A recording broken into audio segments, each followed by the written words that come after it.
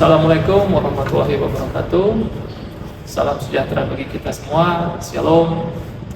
Terima kasih atas kesempatan yang diberikan pada kesempatan kali ini.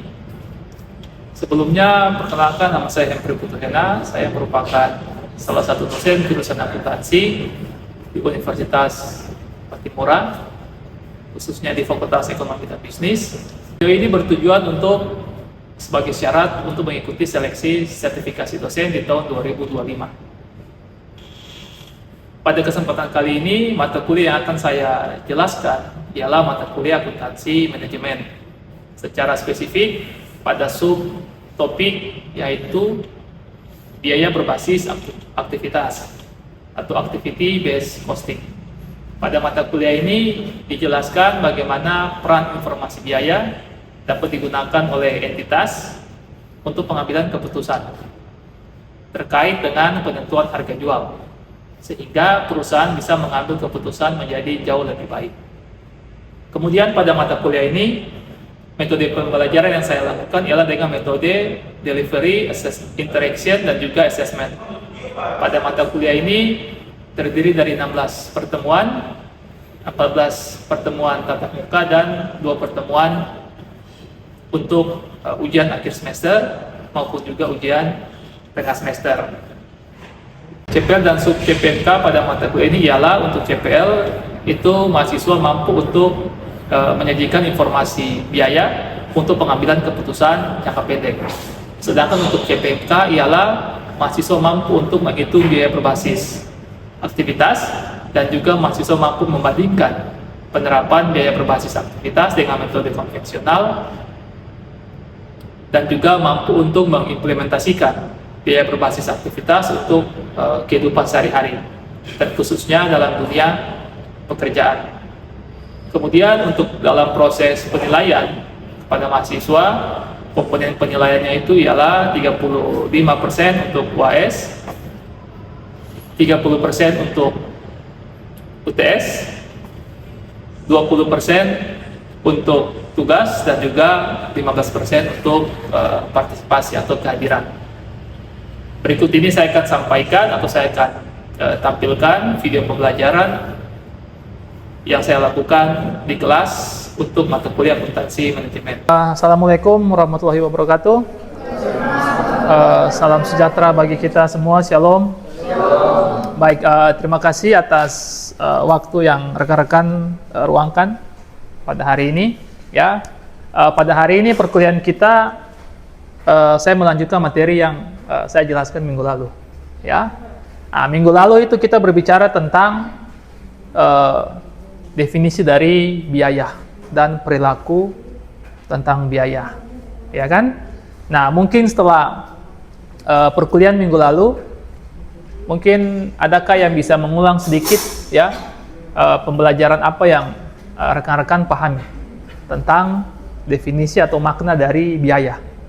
Silakan, ada yang bisa memberikan pendapat apa sih yang dimaksudkan dengan biaya? Oke, silakan. Ya baik, terima kasih atas kesempatannya. Sebelumnya, perkenalkan saya Sivi Deborah MK. Menurut saya, biaya itu adalah jumlah pengeluaran yang telah diperhitungkan dalam sumber daya ekonomi, bagaimana kita memperoleh baik barang maupun jasa, dan itu dinyatakan dalam satuan umum. Oke, jadi biaya itu ialah Jumlah pengeluaran yang telah diperhitungkan. Pengeluaran ya yang telah diperhitungkan. Kemudian ada lagi yang lain? Oke. Ya, saya Jason Marfar. Biaya juga dapat dikelompokkan dalam beberapa kelompok, yaitu biaya variabel, biaya tetap juga biaya semi variabel. Oke. Thank you. Ada biaya tetap, ya kan? Ada semi variabel dan juga ada biaya variabel. Silakan yang lain mungkin apa yang Anda pahami tentang biaya? Oke. Biaya itu bisa membantu dalam proses pengambilan keputusan, Pak. Oke. Contohnya membantu informasi manajemen dalam mengambil keputusan penting seperti apakah akan memproduksi lebih banyak untuk Oke, baik. Ada lagi yang lain? Oke. Ya, jadi menurut saya biaya itu suatu pengorbanan untuk mencapai sesuatu. Oke. Ya, jadi yang dijelaskan oleh keempat rekan-rekan ini memang sesuai, ya kan? Pada dasarnya biaya itu ialah sumber daya yang dikorbankan. Ya kan? Oleh siapa? Oleh perusahaan. Untuk apa? Untuk memperoleh manfaat di masa yang akan datang. Ya. Sampai di sini saya rasa kita sudah memiliki persamaan persepsi, ya kan, tentang apa itu biaya. Oke. Nah, sebelum saya masuk ke materi tentang activity based costing, saya mau cerita nih, saya punya narasi. Ya. Coba Anda membayangkan Anda memiliki perusahaan, ya, Anda memiliki suatu usaha, terus usaha Anda ini menghasilkan katakanlah 2 sampai 3 produk. Oke? Sudah? Nah, di akhir bulan, oke, laba yang Anda peroleh itu sebesar 1 juta. Misal, ya kan? Pertanyaannya, menurut Anda, apakah produk yang Anda miliki, ya katakan Anda memiliki 3 produk ya, apakah semua ini sudah memberikan kontribusi laba atau belum? Menurut Anda, paham pertanyaan saya? Paham narasinya kan? Anda memiliki suatu usaha, kemudian Anda menghasilkan 3 produk, di akhir bulan, ya usaha Anda itu mengalami profit sebesar 1 juta. Pertanyaannya, apakah ketiga produk ini memberikan kontribusi laba atau tidak? Ya.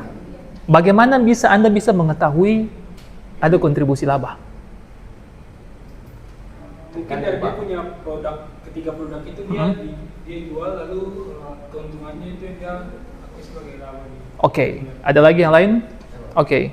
Mungkin perlu dibandingkan dengan biaya perolehan kita mendapat produk itu, Pak. Misalnya nilai belinya, jika pendapatan lebih besar dari biaya perolehan kita memperoleh produk itu, berarti itu bisa diakui sebagai pencapaian laba, Pak. Oke, ada lagi yang lain? Ya. Terkait tadi, masing-masing produk mempunyai kontribusi untuk produk tersebut, itu tergantung dari perhitungan atau perbandingan dari ketiga biaya Ya.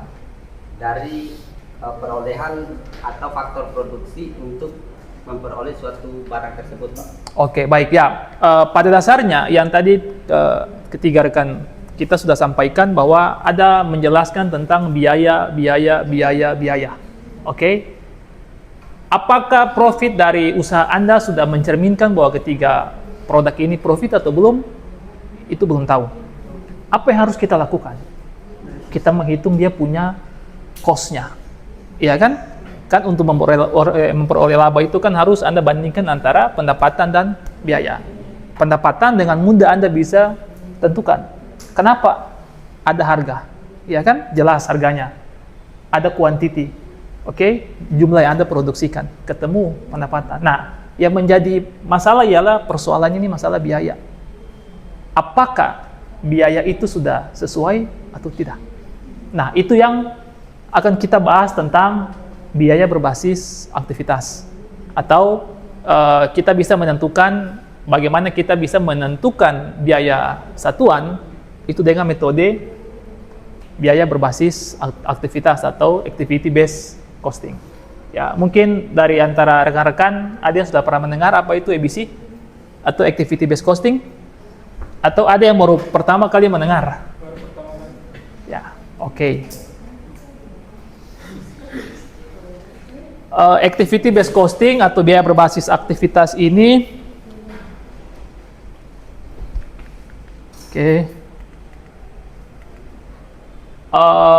apa ya, bisa dibilang suatu metode yang kontemporer ya untuk perusahaan gunakan untuk bisa menentukan harga satuan atas produk atau jasa yang dihasilkan ya. Nah, pada pertemuan ini tujuan pembelajaran kita ialah yang pertama, kita harus bisa memahami apa itu ABC ya, dan juga bisa membedakan antara ABC dengan metode tradisional.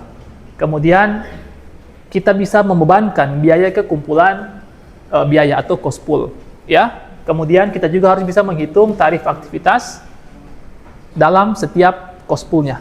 Oke. Kemudian keempat, kita bisa membebankan biaya ke objek biaya. Dan terakhir itu ialah bagaimana kita bisa memahami manfaat dari metode biaya berbasis aktivitas. Ya, nah ABC atau biaya berbasis aktivitas atau activity based costing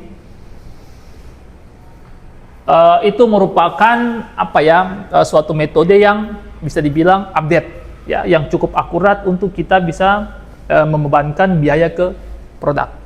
Nah, kembali lagi, mungkin rekan-rekan pernah mendengar ada itu biaya langsung dan biaya tidak langsung. Nah, yang menjadi fokus kita ini ialah bagaimana kita bisa membebankan biaya tidak langsung ke produk, atau ada istilahnya juga itu biaya overhead pabrik.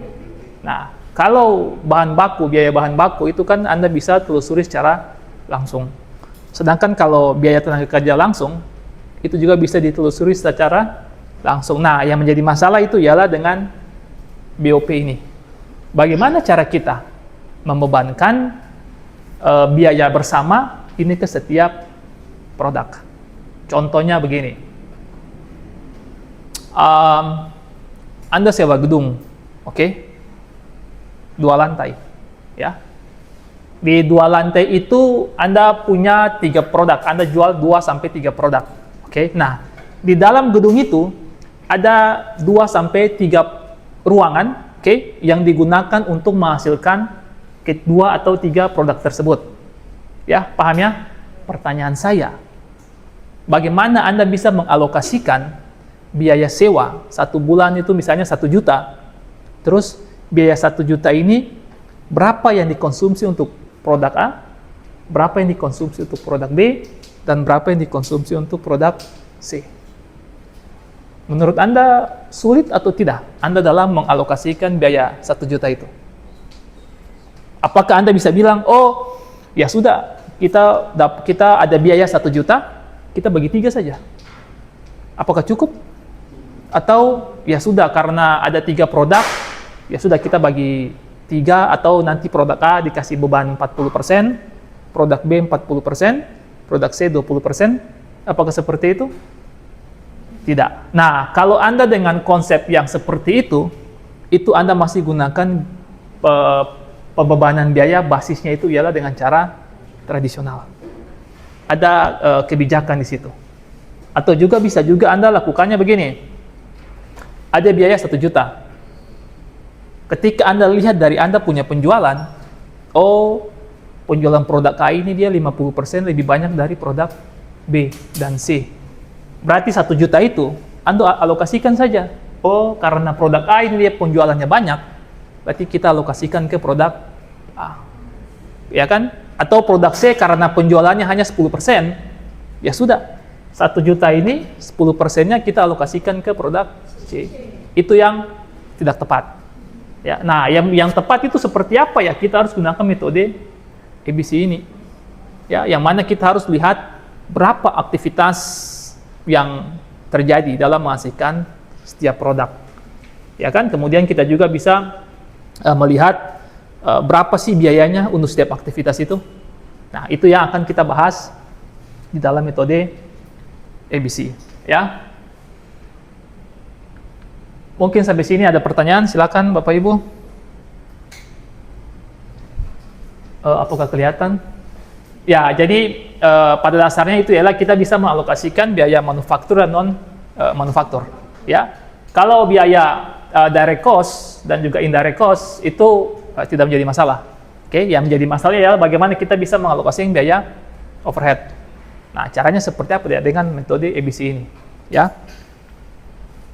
Nah, terdapat 4 tahapan ya secara garis besar bagaimana kita bisa mengalokasikan BOP ke produk dengan menggunakan basis ABC. Yang pertama, kita harus bisa menetapkan aktivitas, kelompok aktivitas, dan juga ukuran aktivitas. Misalnya Anda mau produksi barang A, apa aktivitas yang Anda lakukan? Ya kan, misalnya saya saya punya usaha pengrajin rotan, misal. Saya mau produksi kursi. Kira-kira aktivitasnya apa sih yang dilakukan? Oh, kita punya rotan, ya kan? Kita katakanlah kita panen, kita potong atau apa? Kemudian harus kita bersihkan, ya kan? Kita rakit, habis itu mungkin kita cat, mungkin kita jemur. Nah, itu semua aktivitas. Ya, karena aktivitas itu harus Bapak rekan-rekan bisa identifikasi tuh. Ya. Aktivitas misalnya pengecatan. Oh, butuh berapa banyak cat yang dibutuhkan? Terus butuh berapa tenaga kerja? Dan butuh katakanlah berapa jam kita gunakan mesin untuk melakukan pengeringan atau penjemuran. Nah, itu contoh dari aktivitas, ya. Nah, kemudian ialah kita menetapkan biaya overhead ke kelompok biaya aktivitas. Jadi kita kelompokkan tuh biaya-biaya itu, ya. Kemudian kita menghitung tarif aktivitas, dan terakhir itu kita bisa alokasikan tuh biaya overhead ke dalam objek biaya. Dalam objek biaya ini ialah produk atau jasa yang dihasilkan, ya. Oke. Nah, langkah pertama itu ialah kita bisa menentukan aktivitas, ya. Contoh di sini misalnya kita menerima pesanan dari customer, ya. Apa yang menjadi pemicu, cost drivernya itu apa sih? Sehingga memunculkan adanya order dari customer. Oh, rupanya jumlah order yang dipesan oleh customer. Itu dia punya cost drivernya, ya. Artinya apa? Kalau tidak ada jumlah yang dipesan oleh customer, itu berarti tidak akan mungkin muncul adanya order dari customer, ya. Kapan order customer itu besar? Ya, semakin besar pula jumlah yang diorder. Begitu, ya. Jadi ada hubungannya. Kemudian mendesain produk, ya. Nah, itu disebabkan oleh apa? Karena jumlah produk yang didesain. Semakin besar jumlah produk yang didesain, otomatis akan sebesar pula produk desain Anda punya biaya itu, ya. Kemudian order size, ukuran order ini berkaitan dengan jumlah jam mesin. Nah, jam mesin ini bisa juga Anda dalam membayar atau Anda membebankan misalnya biaya listrik. Bisa, itu contoh, ya. Kemudian juga ada customer relation. Nah, ini bisa dibilang bagaimana perusahaan menjalin hubungan dengan mereka punya customer. Apa pemicunya? Ya, itu tadi, jumlah dari customer yang aktif.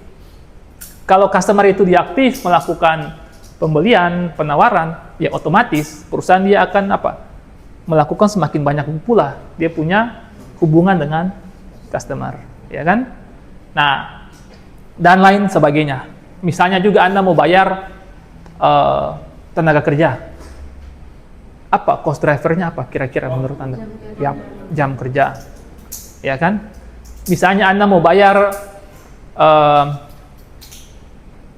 depresiasi. Apa pemicunya? Coba sekarang saya tanya Anda, ya kan? Saya mau bayar biaya depresiasi nih. Berapa sih untuk tadi narasi yang pertama, ya? Saya sewa gedung 1 juta, saya punya 3 produk, di dalam satu gedung itu ada 3 ruangan. Masing-masing produk punya ruangan untuk produksi produk. Pertanyaan saya, bagaimana Anda cara membebankan depresiasi untuk setiap produk? Ada yang bisa kayak saya masukkan? Saya punya kendala nih, ya kan? Solusinya apa buat saya? Misalnya Anda sebagai manajer, saya tanya buat Anda, bagaimana cara kita? Gampang saja, rekan-rekan, ya. Kita alokasikan sebesar luas ruangan, ya kan? Kenapa? Ya karena itu yang dikonsumsi sesungguhnya. Misalnya, Anda memproduksi produk A, Anda gunakan ruangan ini. Besar kan? Ya kan harus dibebankan sesuai kondisi yang sesungguhnya. Tidak mungkin dong Anda menggunakan ruangan ini, tapi Anda dibebankan biaya untuk ruangan yang jauh lebih kecil dari ini. Kan tidak mungkin. Nah, itu contoh dari bagaimana Anda bisa membebankan biaya atau pemicu dari adanya muncul aktivitas, ya. Sampai di sini paham Bapak Ibu? Tadi bilang Bapak Ibu, sekarang rekan-rekan besok bingung. Oke, kemudian pada langkah kedua, ini ialah Anda bisa membebankan biaya overhead ke biaya aktivitas. Ya kan? Nah, pada tahap ini setiap aktivitas memiliki komponen biaya dan total yang digunakan dalam setiap aktivitas. Contoh yang tadi saya sampaikan, ya kan? Anda punya aktivitas, misalnya bagian aktivitas apa tadi itu pengecetan. Nah, itu kan ada aktivitasnya tuh. Dalam Anda melakukan pengecetan itu kan pasti ada aktivitas. Ya, mungkin Anda pakai mesin, Anda manual, habis itu mungkin Anda melakukan pengiringan dan lain sebagainya. Nah, aktivitas itu pasti akan memunculkan biaya dan itu harus dikelompokkan, ya. Nah, ini langkah ketiga, ini bagaimana kita bisa menghitung tarif dari aktivitas, ya. Nah, mungkin rekan-rekan bisa lihat di sini ada total cost, ya, di sheet B, oke. Kemudian ada total activity dan juga ada activity rate-nya di sheet E. Nah, total cost, ya kan? Nah, ini yang total biaya yang dibutuhkan, ya, untuk setiap aktivitas. Berapa total biayanya? Kemudian aktivitasnya itu diperoleh dari apa? Dari itu tadi. Bagaimana Anda punya aktivitasnya tuh, berapa jumlah Anda melakukan, misalnya order customer yang Anda layani, ya. Kemudian juga Anda melakukan desain produk. Kemudian Anda melakukan apa juga, katakanlah hubungan dengan customer, ya kan? Dalam katakanlah ini periode 1 tahun. Ketemu tuh, ya. Anda punya total aktivitasnya. Nah, kemudian Anda menghitung aktivitas rate-nya, tarif aktivitas. Ya, itu diperoleh dari total aktivitas dibagi dengan membagi antara total cost dibagi dengan total aktivitas. Nah, pada poin A itu katakanlah ketemu 320 per pesanan. Ya kan? Kemudian poin B itu ketemu 630 per desain dan seterusnya. Nah, tarif-tarif itu yang menjadi dasar Anda untuk melakukan alokasi BOP atau biaya overhead pabrik. Ya, misalnya Anda punya biaya langsungnya ketemu sekian, sekarang Anda tinggal menunggu biaya overhead. Misalnya yang tadi saya akan sampaikan contoh, misalnya Anda membuat rotan, pengecetan. Itu berapa tarifnya? Oh, ketemu sekian. Misal, di dalam 1 tahun Anda melakukan pengecetan berapa banyak? Ya kan? Ketemu tarifnya, kemudian Anda alokasikan tuh untuk meja, kursi, dan katakanlah lemari. Meja dari total sekian, katakanlah dari total 1.000, 300 ini saya cat meja, 300 saya cat kursi, 400 saya cat lemari. Nah, itu yang dialokasikan tuh. Jadi biaya itu untuk meja berapa, kursi berapa, dan lemari berapa. Itu untuk baru 1 aktivitas. Anda punya berapa aktivitas? Hitung sendiri dan Anda bisa kalikan. Kemudian barulah Anda ketemu alokasi biaya overhead pabrik untuk produk tersebut. Nah, barulah Anda tambahkan dengan biaya langsungnya. Ketemu total biaya satuannya, gitu.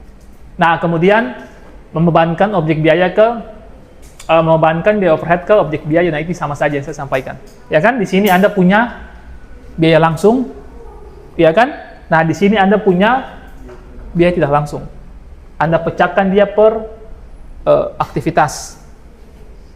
Kemudian Anda bisa menemukan berapa total biaya yang sesungguhnya dikonsumsi oleh produk atau jasa yang Anda miliki.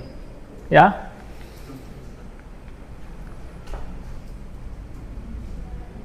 Nah, kemudian apa sih manfaatnya EBC ini? Ya kan, yang pertama itu ialah jelas kita bisa menentukan harga jual yang lebih akurat. Ya kan? Kemudian yang kedua itu kita bisa melakukan efisiensi biaya, ya, atau pengurangan biaya, dan juga kita bisa memperbaiki proses tuh. Kenapa? Karena Anda akan mengetahui aktivitas yang Anda lakukan.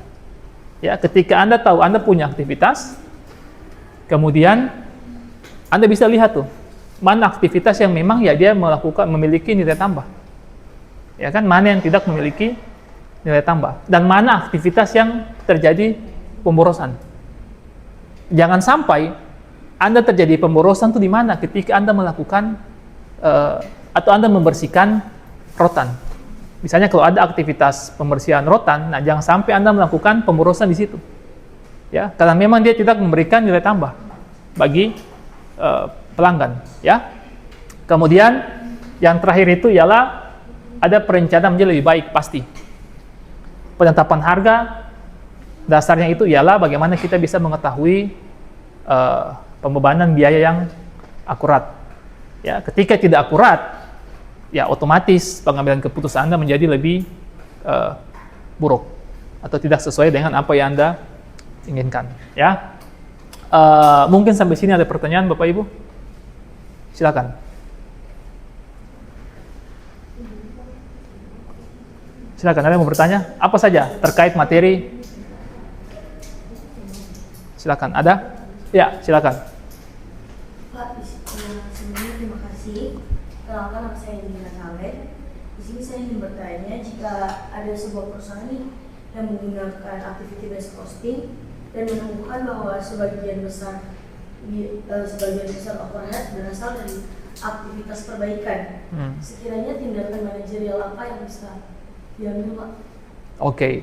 Ya, sebelumnya mungkin rekan-rekan bisa menjawab pertanyaan itu sebelum saya jawab. Ya, jadi manajemen menemukan bahwa sebagian besar biaya overhead itu sebagian besar biaya overhead itu digunakan untuk biaya maintenance atau perbaikan. Kira-kira solusinya bagaimana tuh menurut Anda? Kalau Anda menghadapi kondisi yang seperti itu. Mungkin ada rekan-rekan bisa menjelaskan.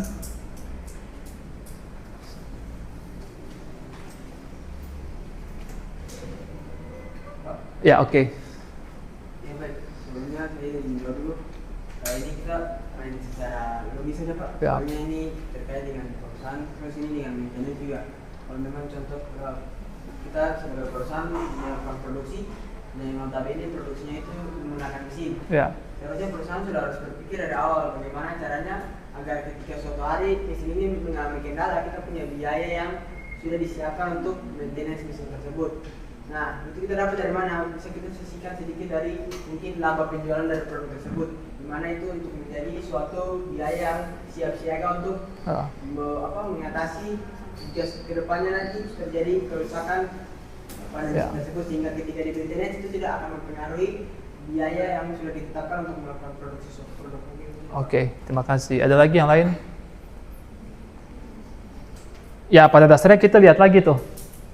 Dia memberikan nilai tambah atau tidak. Misal, kalau memang Anda melakukan maintenance, misalnya, oke, kita lakukan maintenance untuk memperbaiki kita punya fasilitas. Ya, fasilitas untuk melayani konsumen. Nah, itu sah-sah saja. Selama itu memberikan nilai tambah bagi konsumen. Toh, kalian memperbaiki, kan untuk demi kepuasan dari konsumen. Ya kan? Tetapi kalau memang dia aktivitas, misalnya dia punya kegiatan maintenance yang tidak memberikan nilai tambah, nah itu yang harus menjadi kebijakan dari perusahaan atau manajemen. Apakah mereka akan mempertahankan atau mereka akan melakukan eliminasi. Sekian dari saya atas materi kita di minggu ini. Ya, semoga rekan-rekan ketemu kembali dengan saya dalam kondisi sehat dan semangat. Ya, terima kasih. Selamat siang. Selamat siang, Pak. Demikian video pembelajaran yang sudah saya tampilkan dan juga perkenalan singkat terkait mata kuliah. Saya harapkan dengan video ini mampu untuk menilai kualifikasi sebagai peserta sertifikasi dosen di tahun 2025. Terima kasih.